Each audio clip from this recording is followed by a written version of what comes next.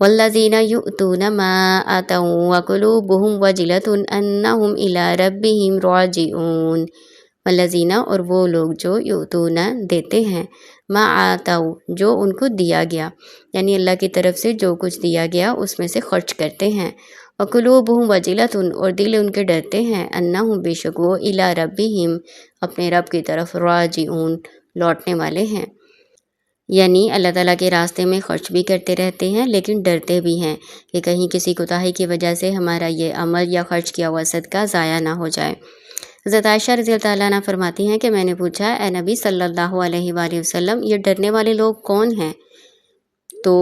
حضرت عائشہ رضی اللہ تعالیٰ نے اس طرح سے پوچھا، کیا یہ وہ لوگ ہیں جو شراب پیتے ہیں، بدکاری کرتے ہیں اور چوری کرتے ہیں؟